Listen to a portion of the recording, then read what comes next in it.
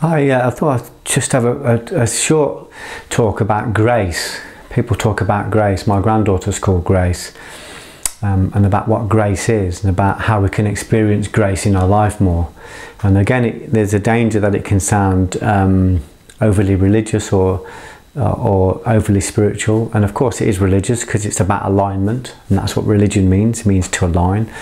It is about spirituality because of course spirituality means to be in spirit or to be connected to spirit, which is no different to plugging something into the wall and connecting it to the mains grid electric.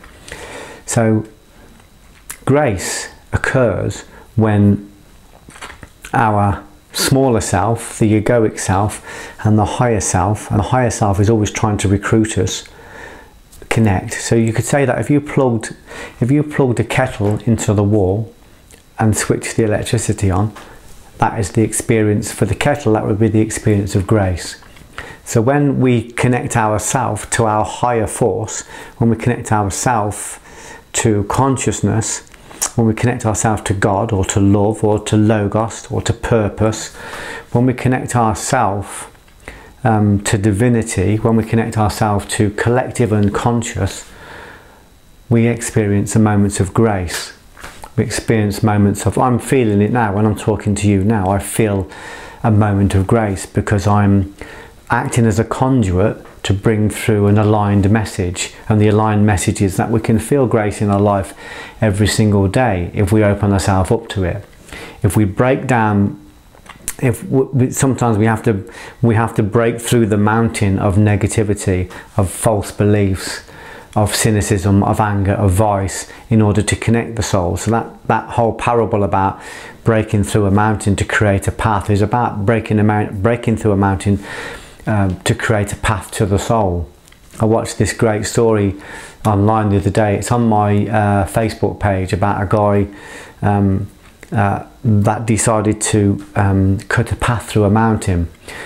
He lived in a very small village, and literally just a mile away from him was another village where they had education, where they had doctors, where they were quite much more advanced, much more developed. But to get to this other village, which was only a mile away, they had to go over the mountain, and it was the equivalent of a 45-mile round trip, or actually going over the mountain. And of course when they went over the mountain, people get injured, people getting hurt. And one day his wife was trying to climb over the mountain to go to the other village, and she had an accident and hurt herself, and he was so unhappy about this and so angry that he decided he was personally going to cut a path right through the mountain. Which is what he did, but it took him 21 years. He had no skills, he had no tools. I think he sold some of his possessions and got a hammer and chisel, and he literally cut like a road-sized path right through the centre of the mountain. People said he was mad, people said he was gone insane, it was folly, it was stupid, he would never do it, it was impossible. But over 21 years, he cut a path through this mountain with a hammer and chisel. After he died, this path opened them up to this other village and to this potential to expand, and there wasn't no immediate changes other than that people could get to the village, and the people in his own village were still underdeveloped. But eventually other people took over. They brought education into the village, and they brought medical staff and doctors, and they started to develop the village, and they started to help these people access a wider conscious net, the ability to access more things, or to access more experiences, to access their kingdom, if you like. What I loved about that film was, obviously it was hugely inspiring that this one man, what he would do is he would work every morning from 8 till, I think from 4 in the morning till 12 in the day, making his living on a farm, and then from 4 in the afternoon till 2 in the morning, he would go and work with this hammer and chisel breaking this mountain down. He did this for 21 years. It was a huge effort.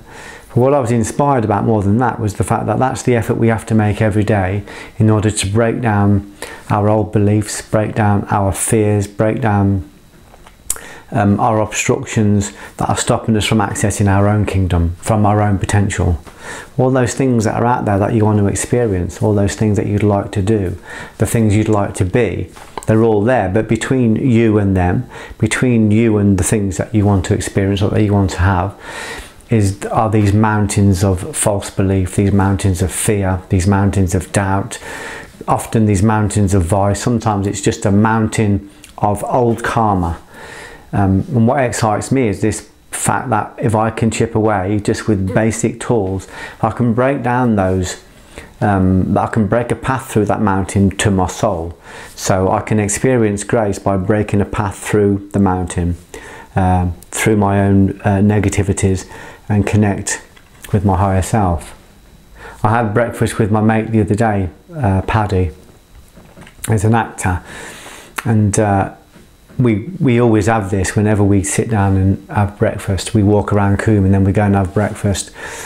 We sit down, we always create grace in the room because we talk about art, we talk about love, we talk about connection. And this one particular day in this particular restaurant, we literally created the grace that was so thick in the room that we disappeared the room. We went into the room, it was full of people. By the time we'd finished, there was no one left in the room because we'd stayed there for several hours. But when I went to pay for the breakfast, I said to the staff, how much is the breakfast? And she said, the girl said it's free. And I was really taken aback because I didn't know this girl. And I said, why is it free? And she says, because we love you. And I don't know where that came from, but that's because we created grace in the room and it spread out. Last time I met with Paddy, we sat in the restaurant and we started to talk about a film and about an idea, and we created grace so thick that we jumped up out of our chairs and hugged each other, and it lingered in the air for about 5 minutes afterwards. We hit a truth, and we connected to our higher self. We connected to something collective, and there was a definite undeniable grace in the room. So we can experience grace in our life more often, but sometimes it can just happen so spontaneously. Everything is cleared. There isn't no mountain. The mountain doesn't exist. As the Bible says, you know, you can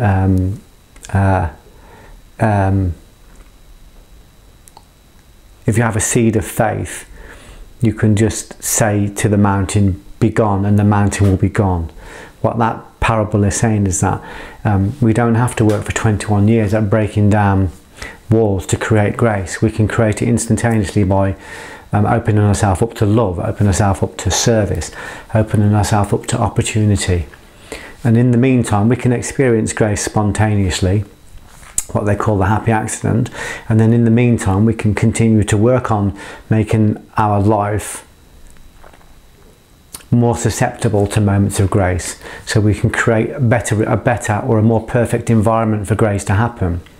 If we're wallowing in vice and we're living a negative life, it's difficult to find grace in there. If we start to create the right environment for grace, we'll start to experience it more often. And often creating the right environment is just about you know, better preparing the conduit, you know, with healthier eating, meditation,